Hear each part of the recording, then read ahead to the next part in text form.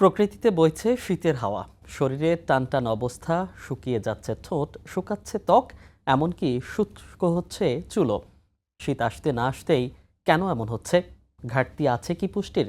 কিংবা নিজেকে ফিট রাখতে এই শীতে আপনার জীবনযাপনই কেমন হবে? সেসব নিয়েই আজকের বদ্যিবাড়ি। সঙ্গে আছি আমি মনির হোসাইন, আর আমার সঙ্গে বদ্যিবাড়িতে উপস্থিত আছেন পুষ্টিবিদ সাবিহা সুলতানা।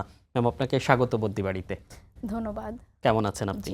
আলহামদুলিল্লাহ ভালো শুরুতে আছি। আসলে যে কথাগুলো বলছিলাম যে শীত আসলেই আসলে আমাদের যে কমন সমস্যাগুলো, এই সমস্যাগুলোর আসলে কারণটা কি একটু বলবেন?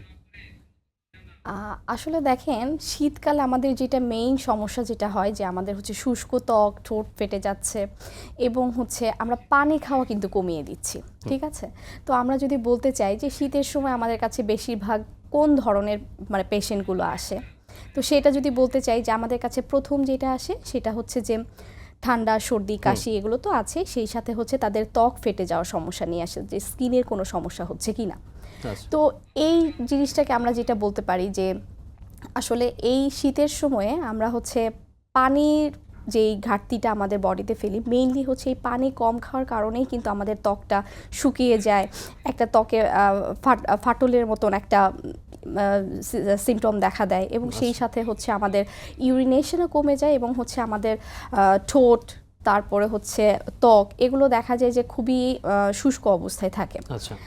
তো এখন বিশেষ করে এই জিনিসগুলো হয় হচ্ছে যে ছোট বাচ্চাদের ক্ষেত্রেও হয়, বয়স্ক মানুষ যারা আছে তাদের ক্ষেত্রেও হয়, এবং যারা বিশেষ করে যারা কর্মক্ষেত্রে থাকে তাদের ক্ষেত্রেও হচ্ছে এই জিনিসটা খুব বেশি পরিমাণে দেখা সেক্ষেত্রে যায়। এই যে ত্বক, ঠোঁট ফেটে যাচ্ছে, পুষ্টির কোনো ঘাটতি আছে কিনা? পুষ্টির কোনো ঘাটতি অবশ্যই আছে, কারণ দেখা যায় যে আমরা আসলে শীতকাল আসলে আমাদের সব দিক থেকে আমাদের একটু অলসতা জেগে ধরে।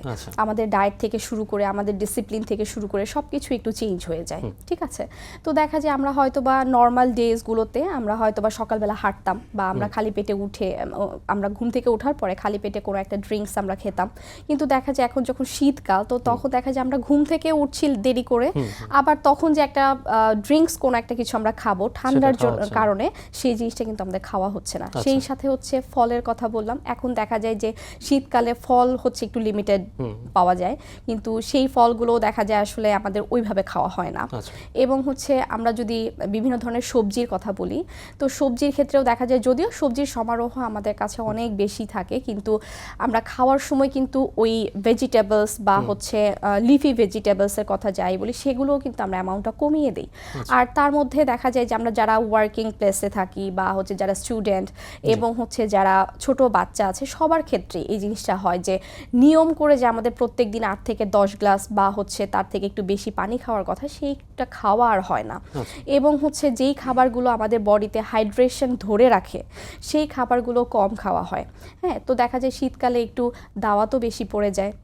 তো নিয়ম করে যেই আমার পুষ্টিকর খাবার দিয়ে যে খাবার তালিকাটা সাজানোটা, সেটা আর হয়ে ওঠে না।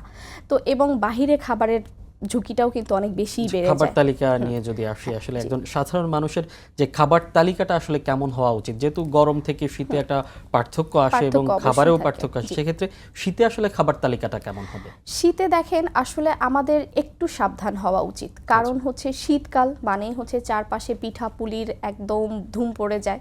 তো সবাই হচ্ছে একটু চেষ্টা করে যে এই সময়টাকে একটু পিঠা পুলি বা মিষ্টি জাতীয় খাবার দিয়ে হচ্ছে একটু নিজেদের উপভোগ করার জন্য। এবং হচ্ছে সন্ধ্যার পরে দেখা যায় বাইরে গিয়ে খাওয়ার ঝুঁকিটা, ফ্যামিলির সবাই মিলে হোক বা ফ্রেন্ডসরা মিলে হ্যাং আউট হোক, যেটাই হোক, এটা কিন্তু অনেকটাই বেড়ে যায়। ঠিক আছে? তো এইটার কারণেই হচ্ছে দেখা যায় আসলে বেশ কিছু সমস্যা দেখা দেয়, যেরকম যারা ওয়েট লস করতে চায় তাদের আর ওয়েট লসটা হয়ে ওঠে না, তাদের ওজনটা আস্তে আস্তে বাড়তে থাকে।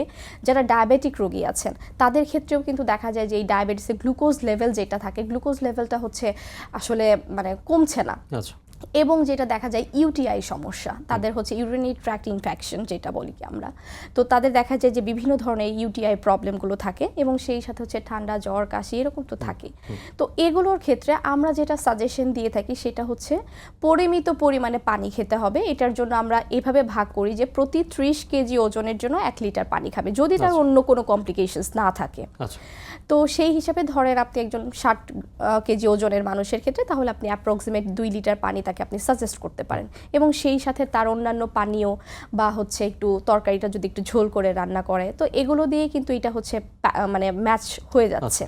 তো ব্যাপারটা হচ্ছে এরকমই, আমাদের খাবার দাবারগুলোকে আমাদের গরম থেকে একটু চেঞ্জ হবে, কিন্তু যে এই একটা ডিসিপ্লিন ওয়ে যেটা আমাদের গরমের সময়ও ছিল শীতের সময়ও সেম থাকবে, অর্থাৎ যে শীতের উপভোগ্য সময় সেটা যাতে অস্বাস্থ্যকর না হয়। এবং পিঠাপুলি এটা আমরা অবশ্যই খাবো, কিন্তু আমাদের কোন খাবারটা আমাদের মেইন মিলে যাবে, কোন খাবারটা স্ন্যাক্স টাইমে আসবে, এবং হচ্ছে খাবারের টাইমে গ্যাপিংটা কতটুকু, এবং রাতের খাবারটা কয়টা বাজে শেষ করে ফেলতে হবে, তারপর হচ্ছে আমরা কয়টা বাজে বিছানায় যাব। দেখা যায় রাতের বেলা রাত জেগে হয়তো বা গেমিং করা হচ্ছে বা হচ্ছে গেজেট চালানো হচ্ছে। এই যে দৈনন্দিন যে অভ্যাসগুলো আছে এগুলো শীতকাল এসেছে বলে যে মানে দেখা যায় রাতটা একটু বড় হয়, শীতের রাতটা বড় হয়, তো এই সময় দেখা যায় যে আগে ভাগে সবকিছু কাজ শেষ করে লম্বা সময় বিছানায় বসে বসে আমরা গেমিং করি, গ্যাজেট চালাই। তো এতেও কিন্তু আসলে আমাদের হরমোনাল একটা ইমব্যালেন্স থেকে শুরু করে আমাদের বিভিন্ন ধরনের শারীরিক সমস্যা কিন্তু আসলে হতে পারে। ঠিক আছে, তো সেই জন্য হচ্ছে যে আমাদের শীতকাল এসেছে, হ্যাঁ আমরা অবশ্যই উপভোগ করব, কিন্তু সেটাকে বরাবরের মতন একটা ডিসিপ্লিন ওয়েতে রেখে আমাদের ডায়েটের খাবারের সময় এবং হচ্ছে খাবারের যেই গ্যাপিং 2 টাইমস মানে কি বল 2 মিলের যে গ্যাপিংটা, সেই গ্যাপিংটাও আমাদেরকে ঠিক রাখতে হবে, এবং এই খাবারের মধ্য থেকে আমরা কোন সময় কোন খাবার কতটুকু পরিমাণে খাবো সেই জিনিসটাও আমাদের ঠিক রাখতে হবে। শীতকাল এসেছে বলে আমাদের নিয়ম থেকে সরে যাওয়া যাবে না। আর সেক্ষেত্রে ওয়েট লসের কথাটা বলছিলেন যে ওয়েট লস যারা করতে চাচ্ছেন কিংবা করছেন তারা তো একটা ডিসিপ্লিনের মধ্যেই চলছেন, সেক্ষেত্রে আবহাওয়ার যখন পরিবর্তন হচ্ছে তাদের এই ডিসিপ্লিনেও তো অবশ্যই পরিবর্তন আনা উচিত। সেক্ষেত্রে যারা ওয়েট লস করতে চাচ্ছেন তাদের আসলে এখন ডিসিপ্লিনটা কেমন হবে? দেখেন এটা হচ্ছে ডিসেম্বর মাস, মেইন যেটা হয় যে বাচ্চাদের স্কুল কলেজ বন্ধ হয়ে যায় বা নিজেদেরও দেখা যায় একটা ছুটি আসে, তো বেশিরভাগ সময় এই জায়গাটাতে মানুষ কি করে যে একটা গ্যাপ নেয়। যারা মনে করেন যে আমার কাছে যেই সব পেশেন্টরা আসে যারা জিম করে বা হচ্ছে যারা আপনার নিয়মিত হচ্ছে হাঁটাচলা করছে, তো তারা কি করে এই বছরের এই লাস্ট সময়টাতে একটা ব্রেক নেয়। ঠিক আছে, তারা হচ্ছে হয়তো বা ঘুরতে যাচ্ছে বা গ্রামের বাড়িতে যাচ্ছে বা তারা ফ্যামিলি টাইম কাটাচ্ছে, কিন্তু এর ফলে কি হচ্ছে যে যেহেতু সে রুটিন লাইফ থেকে সরে গিয়েছে, তখন কিন্তু তার দৈনন্দিন লাইফ থেকে যে একটা চেঞ্জ আসে সেটার এফেক্টটা কিন্তু যে পরবর্তীতে পড়ছে যে তার ওয়েটটা গেইন হয়ে যাচ্ছে। সে এই ডিসেম্বর জানুয়ারি মাসের পরে যখন ওই পেশেন্টগুলো আমাদের কাছে আসে তখন দেখা যায় যে তাদের পূর্বের যে ওয়েটটা ছিল সেটা থেকে আর না হলেও 4-5 কেজি ও ওয়েট গেইন করে তারপর আমাদের কাছে আসছে এবং এসে বলে সরি এই সেই মানে নানান ধরনের এক্সকিউজ থাকে। কিন্তু আসলে আলটিমেটলি দেখেন যখন একটা হরমোনাল ইমব্যালেন্স চলে আসে আমাদের বিভিন্ন ধরনের এখন প্রবলেম থাকতে পারে, আমাদের লাইফস্টাইল চেঞ্জ হয়ে যায়, আমাদের খাবার দাবার চেঞ্জ হওয়ার কারণে অনেকের দেখা যায় এখন আমাদের বিভিন্ন ধরনের সমস্যা, যেরকম মেয়েদের ক্ষেত্রে পিসিও থেকে শুরু করে আরও ইনসুলিন রেজিস্ট্যান্সি থেকে শুরু করে বিভিন্ন ধরনের সমস্যা হচ্ছে। বেসিক্যালি এইগুলোর জন্যই কিন্তু আমাদের ওয়েটটাও স্টাক হয়ে যাচ্ছে। তো এর জন্য তাদের কাছে আমার সাজেশন থাকে যে আপনারা ছুটির জন্য গেলেও হয়তো একটা শর্ট টাইমের জন্য যান, যে 2 থেকে 4 দিন বা 5 দিনের হতে পারে, কিন্তু আপনারা এই সময়টাতেও যে খাবারের মিলিংটা তারপর হচ্ছে আপনাদের হাঁটা চলা বা এক্সারসাইজ যে টাইমটা থাকবে সেটা আপনারা আগের মতোই রাখার চেষ্টা করেন। যদি কখনো গ্যাপ পড়ে যায় তাহলে আমরা ওই যে বলে রাখি যে খাবারের ক্ষেত্রে যদি কখনো দাওয়াতের খাবার টাবার পড়ে যায় তখন ওই সকালের খাবারটা কিভাবে তারা মিনিমাইজ করবে, দুপুরের খাবারটা কিভাবে যদি দাওয়াতের টাইমে থাকে তার প্লেটের মধ্যে কোন খাবারগুলো রাখবে, এবং হচ্ছে রাতের বেলা খুব লাইট একটা খাবার খাওয়ার জন্য। আমি যদি আপনাকে ছোট্ট একটা উদাহরণ দিয়ে আমি যদি বোঝানোর চেষ্টা করি, সেটা হচ্ছে ধরেন আমার একজন পেশেন্ট, সে হচ্ছে ওভারওয়েট আছে, সে সারা বছর হচ্ছে তার একটা রুটিন লাইফ ছিল, তো যদি সে কখনো বলে যে তার একটা ফ্যামিলিক্যাল একটা প্রোগ্রাম আছে বা সে একটা দাওয়াতে যাবে বা সে একটা ট্যুরে যাবে, তবে তার ক্ষেত্রে আমার সাজেশন থাকবে যে আপনি যেখানেই যান সকালবেলা হাঁটাটা আপনি ঠিক রাখেন, সন্ধ্যাবেলা আপনি হাঁটাটা ঠিক রাখেন, এবং মর্নিংয়ে যে আপনার ব্রেকফাস্টটা হবে সেই ব্রেকফাস্টের মধ্যে আপনি খুব একটু অ্যাসিডিক কোনো খাবার না খেয়ে, মশলাযুক্ত খাবার না খেয়ে আপনি হচ্ছে খুব লাইট একটা খাবার খান। সকালবেলা হতে পারে একটা ডিম থাকতে পারে বা একটা রুটি থাকতে পারে বা ওটস দিয়ে সে কোনো একটা খাবার রেডি করে নিতে পারে। দুপুরবেলা হয়তো বা তার দাওয়াত পড়ে গেল, তো দুপুরবেলা হয়তো বা সে খাবে, দুপুরে দাওয়াতটা খাবে, কিন্তু তার প্লেটের মধ্যে কোন খাবারটা যাবে, কতটুকু অ্যামাউন্টে থাকবে সেটা কিন্তু ডিসিশন মেকারস হচ্ছে সে, তাকে ডিসাইড করতে হবে।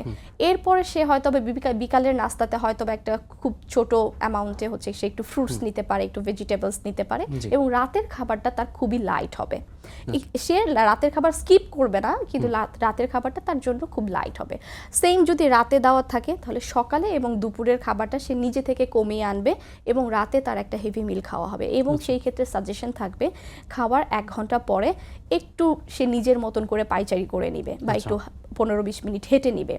রিসেন্ট আমার একটা রিসার্চ যেটা বলছে সেটা হচ্ছে পেশেন্টের উপরে, যেটা আমি আর কি অ্যাপ্লাই করেছি, যে আমরা সাধারণত সকালবেলা হাঁটতে বলি বা বিকালবেলা হাঁটতে বলি, তবে আমি 8-10টা পেশেন্টের উপরে রিসার্চ চালিয়ে যেটা দেখেছি সেটা হচ্ছে যে যদি কেউ মেইন মিল যেটা আছে সকাল, দুপুর এবং রাতে, সকাল, দুপুর, রাতে খাওয়ার 1 ঘন্টা পরে যদি সে 15-20 মিনিট করে হাঁটে, সেই ক্ষেত্রে আমার ডায়াবেটিক পেশেন্টদের ক্ষেত্রেও আমি দেখেছি যে তাদের গ্লুকোজ স্পাইকটা খুব স্লো হচ্ছে এবং এখানে আমি একটা বেটার রেজাল্ট পেয়েছি। এবং যারা ওয়েট লস করতে চাচ্ছে তারা, আমার ম্যাক্সিমাম পেশেন্ট দেখা যায় তারা খুব কনসিয়াস এবং তারা হচ্ছে একটা ফিক্সড একটা ডিউরেশন, একটা টাইমে তারা হচ্ছে জিম করে। তো তার পাশাপাশি তারা যদি এই মেইন মিলের সময়ে হচ্ছে যদি তারা 15-20 মিনিট হাঁটে, এটা তাদের জন্য এক্সট্রা বোনাস। এবং তাদের ক্ষেত্রেও কিন্তু আমি ওয়েট লসের ক্ষেত্রে খুবই মানে দ্রুত একটা রেজাল্ট আমি তাদের ক্ষেত্রে পেয়েছি।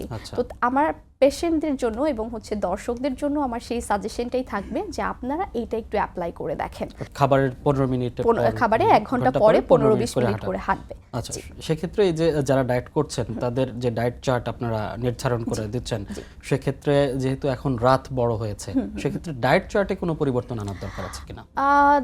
এইটা হচ্ছে দেখা যায় অনেকের নাইট ক্রেভিংস থাকে, কিন্তু নাইট ক্রেভিংসের ফলে অনেকের ধারণা যে ওয়েটটা গেইন করে ফেলতে পারে, আবার অনেকের ধারণা যে এইটা হয়তো বা তেমন একটা ইফেক্ট ফেলে না। তো এইটার ক্ষেত্রে আমি যেহেতু ডায়াবেটিক রোগীদের নিয়ে বেশি হ্যান্ডেল করছি, তো আমার যেটা অবজারভেশন সেটা হচ্ছে যে কিছু পেশেন্ট থাকে যে রাত বড় হওয়ার কারণে, যদি তাদের, আমরা সাধারণত বলি যে 8টার ভেতরে রাতের খাবারটা সেরে ফেলার জন্য, যেহেতু এদিক থেকে রাত বড় হয়েছে, তো তাদের কি হয় নকটার্নাল হাইপোগ্লাইসেমিয়া হয়ে যাওয়ার একটা পসিবিলিটি থাকে। তো সেইটাকে আমরা অ্যাভয়েড করার জন্য আমরা তাদেরকে বলি যে রাতের খাবার হয়তোবা আপনি 9টার মধ্যে শেষ করে ফেলেন এবং যখন আপনি শুতে যাবেন, শুতে যাওয়ার আধা ঘন্টা 40 মিনিট আগে আপনি হয়তোবা একটু দুধ খেতে পারেন বা একটু বিস্কিট খেতে পারেন। মুড়ির ক্ষেত্রে একটা রেস্ট্রিকশনস দেই এখন, কারণ হচ্ছে আসলে এখন বাজারে যে মুড়িগুলো পাওয়া যায় সেগুলোতে প্রচুর পরিমাণে ইউরিয়া দেওয়া, তো এর জন্য হচ্ছে এগুলো আমরা নিষেধ করি। সে হয়তোবা একটু চিরা ভাজা খেতে পারে বা হচ্ছে অল্প পরিমাণে আপনার 1টা বা 2টা ডায়াবেটিক বিস্কিট বলে যেটাকে, আসলে ডায়াবেটিক বিস্কিট বলতে কিছুই নাই, সবই হচ্ছে সুগার দেওয়া, কিন্তু তারপরেও দেখা যায় যে এটা হচ্ছে পেশেন্টের